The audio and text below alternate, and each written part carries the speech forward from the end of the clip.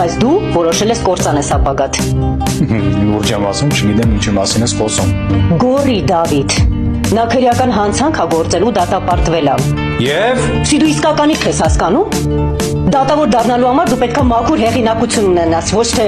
գողերի ու հանցագործների հետ շփվես։ գորը հանցագործ չի, իրան դատապարտել են մարդու կյանքը փրկելու համար ու դատապարտել են անարդար։ Ումա դա հիմա հետաքրքիր։ Քո կարծիքով մամուլը ստուգող օրգանները խորանալու են այդ ուղությամբ։ Ոչ իհարկե։ Բոլորը գորային, որ քո ամենամտերիմ ընկերը դատվածություն ունի։ Լսի դու գորին չես ճանաչում, քանի որ երբ որ մենք ամուսնացանք ինքը ժամանակ բամպում էր։ Բայց եթե մի անգամ դու իր հետ շփվես, կհասկանաս, որ դու սխալ կարծիք ունես իր մասին։ Սի դու ինձ չես լսում։ Չէ, դու ինձ չես լսում։